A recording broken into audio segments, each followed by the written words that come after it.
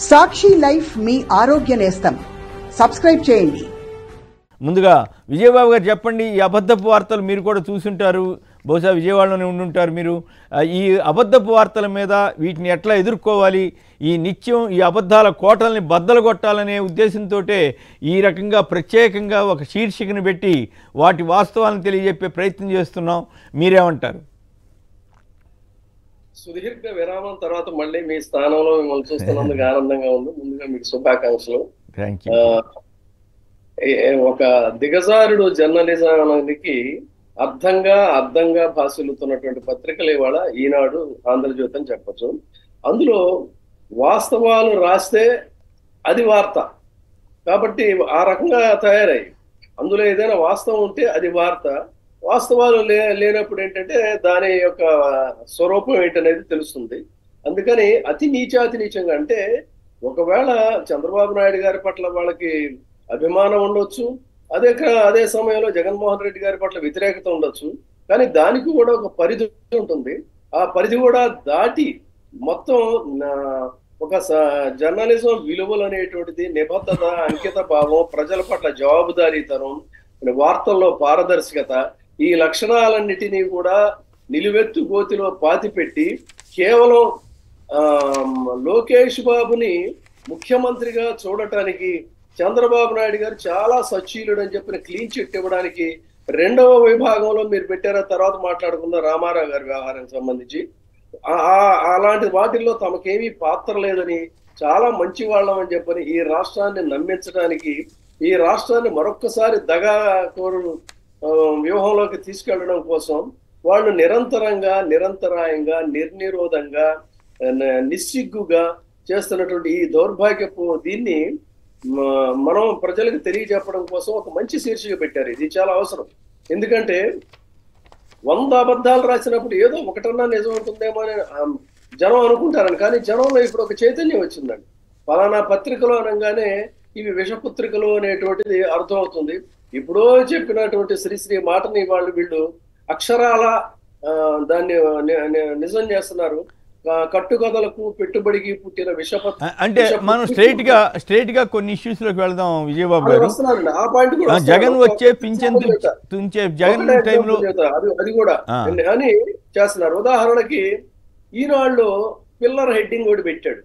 ఒక యూనివర్సిటీ ఇప్పుడు జాతీయ పత్రికని పెద్ద పత్రికని అన్నప్పుడు మనకు తెలిసినటువంటి జర్నలిజంలో ఉన్నటువంటి విలువలు ఏంటంటే, ఒక జాతీయ స్థాయి నాయకుడు కానీ, లేదంటే ముఖ్యమంత్రి హోదా కానీ, కాదన్నట్టయితే ఒక సీనియర్ క్యాబినెట్ కానీ, ఇంకా మరి ఏదైనా వ్యాపార వాణిజ్య రంగాల్లో పెద్ద స్థాయిలో కానీ, లేకపోతే ఇంకేదైనా మానవీయ కోణం కానీ ఉన్నప్పుడు ఈ బ్యానర్ హెడ్డింగ్ కానీ పిల్లర్ హెడ్డింగ్ కానీ పెడతాం మనం.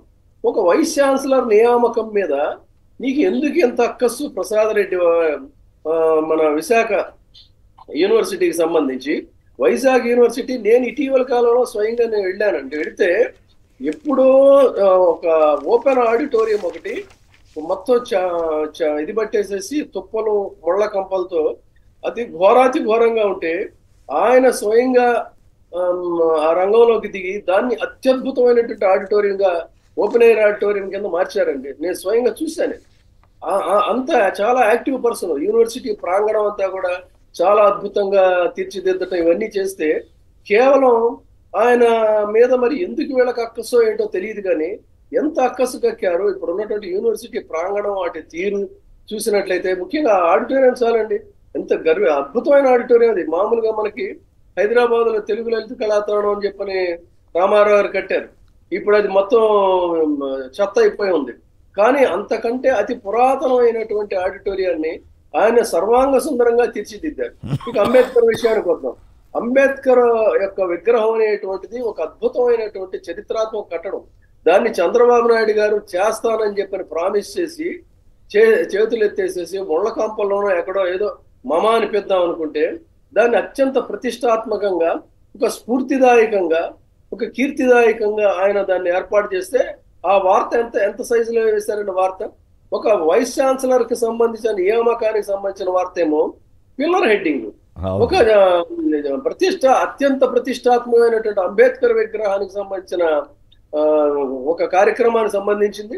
అతి చిన్న, అంటే కురచ మనుషులు, కురచ వ్యవహారాలు, సంకుచితత్వానికి ప్రతీక ఈ పత్రిక అనేటువంటి దానికి రెండు కాదు, అదొక రకం అండి. ఆంధ్రజ్యోతి వారు అయితే డైరెక్ట్గా ఏడ్ చేశారు, పనులకు పూర్తి కాలేదంటే ఇంకా 3 నెలలు పడతాయంటే ఇప్పుడే ప్రారంభోత్సవం చేసేస్తారా అని వాళ్ళు 7-10. నిన్న కూడా చూశానండి నేను అటుగా వస్తూ, మొత్తం దాదాపుగా పనులన్నీ కూడా పూర్తి అయిపోయి సందర్శకులకు కూడా రేపటి నుంచే అనుమతి ఇచ్చారు, వాళ్ళు కూడా వెళ్ళి చూడొచ్చు. ఆ మాటకు వస్తే అసలు ఏమీ పూర్తి అవ్వకుండా హడావుడిగా చంద్రబాబు నాయుడు గారు ప్రారంభోత్సవం చేసినటువంటి ప్రారంభోత్సవాలు చెప్పుకోవాలంటే పెద్ద చిట్టా అవుతుంది. ఎందుకు కుప్పం నీళ్ళకి ఇచ్చేసానని చెప్పేసాడు కదా అప్పట్లో, ఇప్పుడు ఇస్తున్నారు యాక్చువల్గా. ఎందుకు మీరు పోలవరం కూడా పోలవరం అయిపోయిందని చెప్పారు, ఈయన వచ్చిన తర్వాత 48 గేట్లు పెట్టారు. పోలవరం పూర్తి కాకముందే కోట్లాది రూపాయలు ఇచ్చి చెక్క భజన బృందాన్ని పెట్టుకొని చంద్రబాబు ఓహో చంద్రబాబు పాడుకుంటూ బస్సులు, అదొక పెద్ద స్కామ్ అండి. అప్పట్లోనే మాట్లాడా, ఈ బస్సుల్లో జనం నిండకపోయినా కూడా ఇన్ని బస్సులు వేసామని బిల్లులు చేసుకొని తినేశారు. అలా అసంపూర్తిగా ఉన్నటువంటి వాటిని నేను పూర్తి చేశానని చెప్పుకున్నవి చంద్రబాబు నాయుడు గారి హయాంలో ఉన్నాయి. కానీ పూర్తయిన వాటి మీద ఈ రకమైనటువంటి విషయం చెప్పడం చాలా బాధాకరం. కాబట్టి ప్రతి రోజు కూడా వీళ్ళ దిగజారుడు జర్నలిజాన్ని మీరు తూర్పారు పట్టడం అనేటువంటిది చాలా సముచితంగా ఉంది. ఖచ్చితంగా వాస్తవాలేంటి, ఏది సత్యం, ఏది అసత్యం, ఏది నిత్యం అనే దాన్ని ప్రజలకి చెప్పడం అనేటువంటిది మీకున్న ఒక సామాజిక బాధ్యత కింద, అంటే పాత్రికేయ రంగంలో మీకున్న సుదీర్ఘ అనుభవంతో ఇది చాలా అత్యవసరం. కాబట్టి తద్వారా ప్రజలు వాస్తవాలు తెలుసుకుంటారు అనేది కూడా నేను భావిస్తున్నాను. రైట్, మంచి పాయింట్ చెప్పారు, మంచి విశ్లేషణ ఇచ్చారు మన విజయబాబు గారు.